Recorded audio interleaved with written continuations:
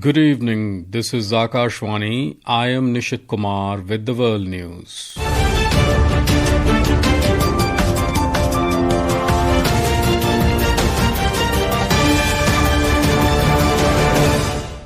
The headlines.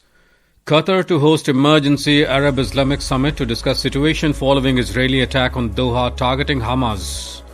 U.S. Secretary of State Marco Rubio arrives in Israel to discuss war in Gaza as Israeli forces intensify operations in the city. Romania says Russian drone entered its airspace, second NATO country to experience such incursion this week.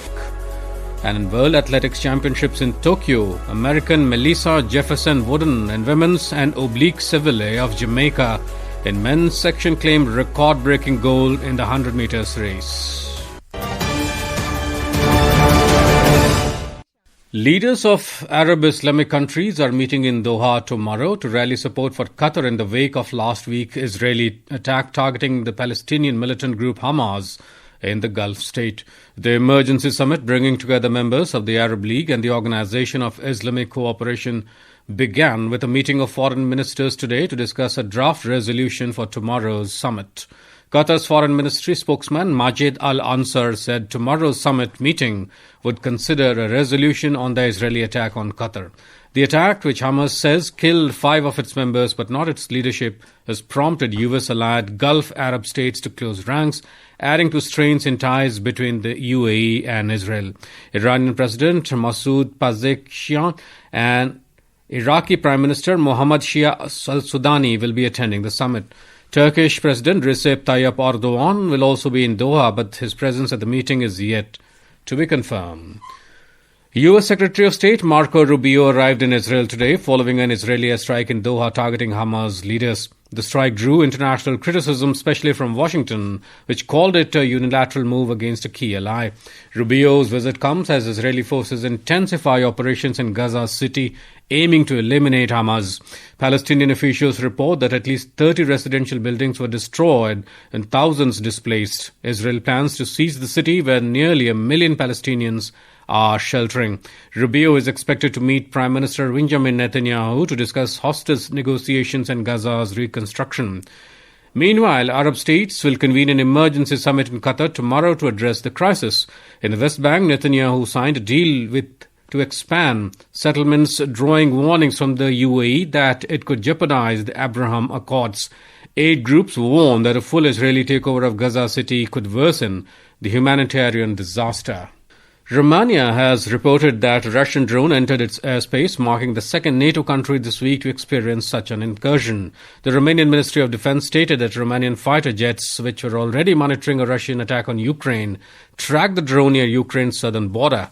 The Romanian Ministry of Defense clarified that its air force, using 2 F-16 jets, detected the Russian drone while monitoring the border with Ukraine. According to the ministry, the drone did not fly over populated areas and did not pose an immediate threat.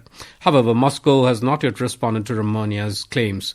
Earlier this week, Poland reported drowning at least 3 Russian drones that had crossed into its airspace. This is Akashvani giving you the world news. For quick news updates round the clock, follow us on our X handle at AIR News Alerts. And for details of these stories and more, log on to our website, newsonair.gov.in, and download the News on AIR app. Welcome back to the World News. More than 1 lakh people protesting against immigration marched through the United Kingdom's capital, London, yesterday in one of the country's biggest right-wing demonstration, with some protesters clashing with the police and wounding at least 26 officers. The United Kingdom protest was organised by far-right political activist Tommy Robinson. Counter-protesters also flocked to the British capital. We have a report. The Metropolitan Police Service said on a social media that the reported attacks happened after demonstrators at the United Kingdom March breached a sterile area put in place to keep protesters and counter-protesters apart. Police officers were attacked with projectiles and assaulted during the protests. The service said 26 officers were injured in the clashes and 25 people were arrested. Home Secretary Shabana Mahmood condemned the attacks on officers, promising tough action against those those involved. Assistant Commissioner Matt Twist, in a statement, condemned the attacks. Mr. Twist said their post-event investigation has begun and they are identifying those who were involved in the disorder, and they can expect to face robust police action in the coming days and weeks. Demonstrators brandishing flags of the United Kingdom and England marched to Whitehall, the London district, where the Prime Minister and government departments reside. Tech billionaire Elon Musk also addressed Tommy Robinson's rally through video link, criticizing uncontrolled migration and calling for a change of government in the UK. Meanwhile, large crowds gathered for a counter-protest. Politicians, including the left-wing John McDonnell and Diane Abbott, gave speeches. Anita Anand, News Desk. British boxing champion Ricky Hatton has been found dead at his home aged 46. He was located by the police at his home in Gee Cross, Hyde, Greater Manchester. Officers reported they were contacted at 6:45 a.m. local time following a public alert this morning. The boxing community and its fans are left heartbroken at the news. Hatton's stellar career included world titles in 2 weight classes, light welterweight and welterweight. Hatton was a lifelong Manchester City supporter, and a club has held a minute of appreciation for him at today's derby against Manchester United. Tributes are flooding in for the world champion boxer. In Mexico, 15 people were killed in an accident in Yucatan Peninsula yesterday. The mishap, which occurred on the highway between Merida and Campeche, killed passengers traveling in a trailer, a car and a taxi.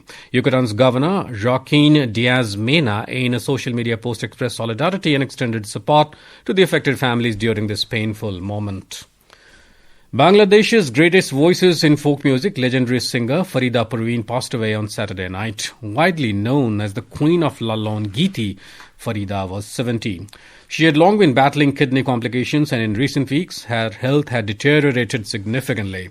Lalan Shah is an icon of religious tolerance and secularism who is remembered for eternity for his rejection of all distinction of mankind based on caste and creed.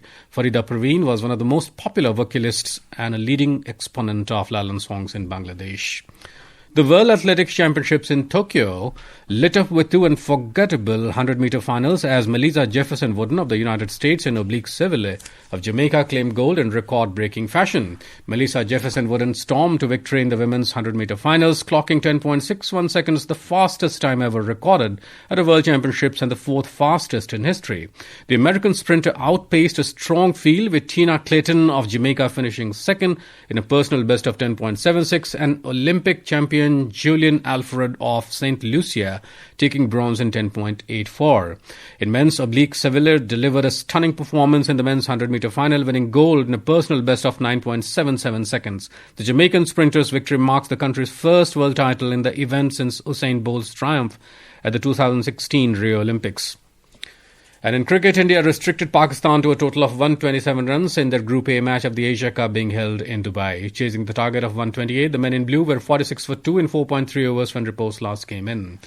Earlier, India got off to a dream start against their arch rivals, with Hardik Pandya striking early to remove Saim Ayub for a duck on just the second ball of the innings. Jasprit Bumrah kept the pressure on by dismissing Mohammad Haris in the very next over. Despite losing 2 early wickets, Pakistan mounted a brief fight back through Fakhar Zama and Agha Salman. However, Akshar Patel broke the momentum with 2 crucial wickets, dismissing both the set batters. Sahib Zada Farhan played a resilient knock, scoring 40 of 44 balls to keep Pakistan's hope alive. And in women's hockey Asia Cup Championship, India finished as runners-up after a 1-4 defeat to China. In the final at Hangzhou, China today, Navneet Kaur was the lone scorer for India, while Zixia O, Hongli, Meryong Zhou and Jiaqi Zhong scored for China. And now, before we close, here are the highlights of the bulletin. Qatar to host emergency Arab-Islamic Summit to discuss the situation following Israeli attack on Doha targeting Hamas. U.S. Secretary of State Marco Rubio arrives in Israel to discuss war in Gaza as Israeli forces intensify operations in the city.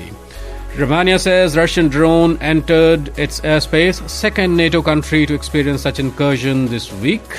And in the World Athletics Championships in Tokyo, American Melissa Jefferson-Wooden in women's and Oblique Seville of Jamaica in the men's section claimed record-breaking gold in the 100 meters race.